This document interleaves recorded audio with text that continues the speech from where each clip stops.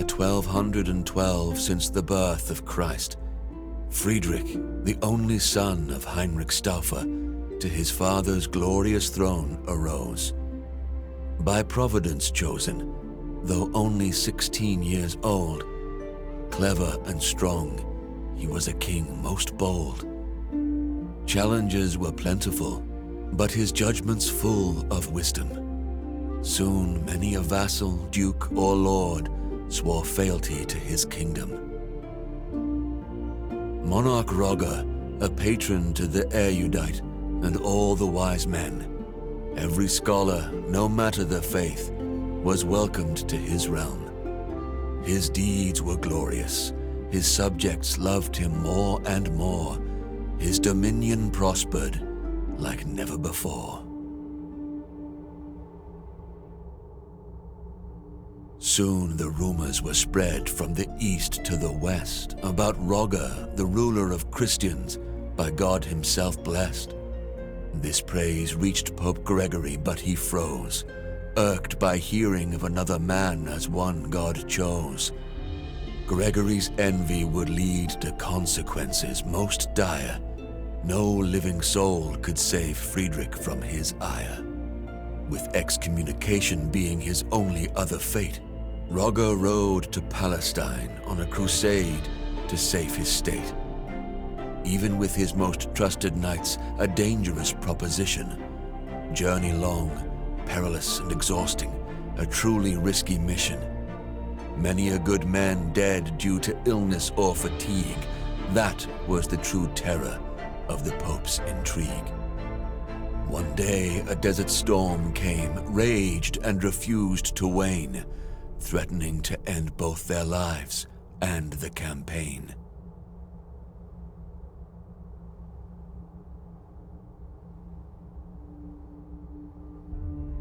It seemed that for the Emperor's army all hope was lost. Sentries were ordered to find shelter, no matter the cost. At the last moment, the group's scouts spotted a cave. Though ominous and sinister, they must choose to be brave. Roger's men entered the grotto with uneasy feel, making camp in surroundings that were most unreal. Days went by, the storm unwavering, no sign it would clear. Friedrich and his chosen explored their shelter without fear.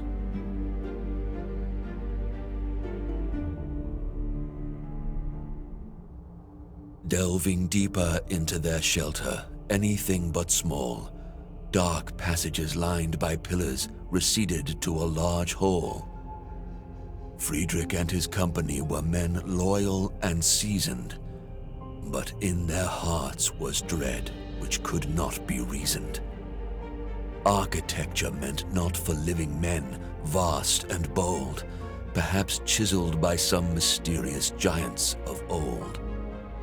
Distracted from his reverie by a glimmer of light, Roger saw a part of metal buried in the sand upright. A machine, a gate, centuries old, with it he must return. What trove of lost knowledge from it could he learn?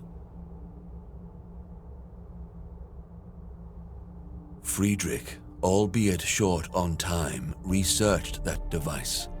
Its power to grant wisdom should more than suffice. Gate to the Temple of Wisdom, the device was now called. It would lead to understanding of deep truths unequaled. In much higher spirits, knights loaded the gate on the caravan, and once again their journey, their crusade has began. The dread lifted, resolve firmer than ever before, no longer fearful of what for them lay in store. No more was the journey punishment meant by the Pope. Now their quest was meaningful, their hearts full of hope. In the end, Roger gained control of Jerusalem without blood spilt, opened the Holy Land to pilgrims again, defensive walls rebuilt. City's crown rested on emperor's noble head. With wise Sultan Al-Kamil he shared his bread. People sang only praise for their emperor once again. With glory and magnificence he continued his reign. Through the gate to the Temple of Wisdom, Friedrich often went. To learn its secrets, to further knowledge was his lustrous intent.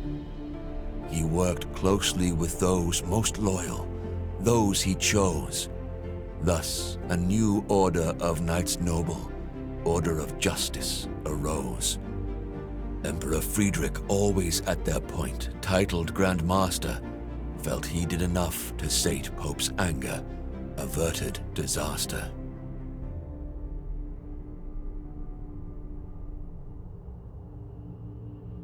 But to Gregory's ears were whispered rumors terrible, stories about a deal with the devil and lies unbearable, about how Rogger's order was built to conceal a devil's gift, and since the Pope believed it, it caused an irreparable rift.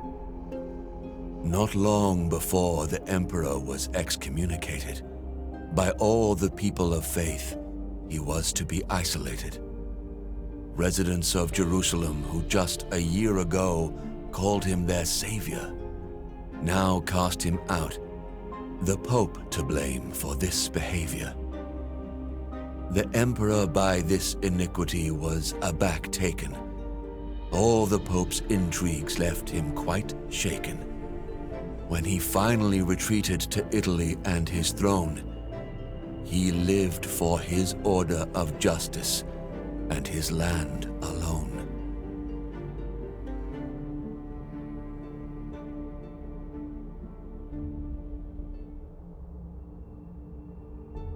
Rogger guarded the secrets of the order, for his enemies would not cease. Wanted the gate more than secure, no longer believing in peace. A plan born both from his genial mind and godly inspiration, to build a fortress for the order, to be held in awe by the whole nation. To the castle's construction, he devoted his life.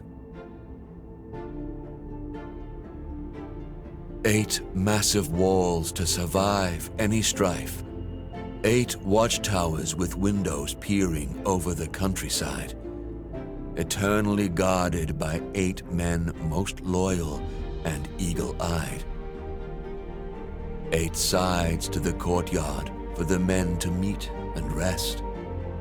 In the middle of it all, an 8-sided podium protected best. On this podium, the gate to the Temple of Wisdom was erected.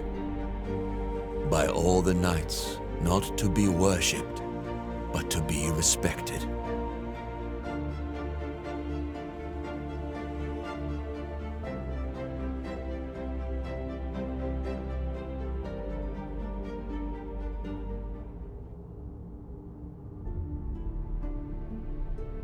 So it was created, for both the lost and the wise it did shine. Templum Justitia, the temple of justice, the castle, the shrine. It was quarters of the order by the wise Placentinus foretold. Inside were troves of wisdom and power, more precious than gold. Even for the wise and powerful flies the time. Men became old, children rose to their prime. After the death of Rogger, Grand Master first, others came, best of the order, in wisdom versed. One after another silent, hidden, but each of virtue measure, the gate to the temple of wisdom, always their treasure. Generation after generation, the secret was keeping, wealth and wisdom gaining, never relenting, never sleeping. But the year 1465 after Christ came, and for the order of justice, the world was never the same.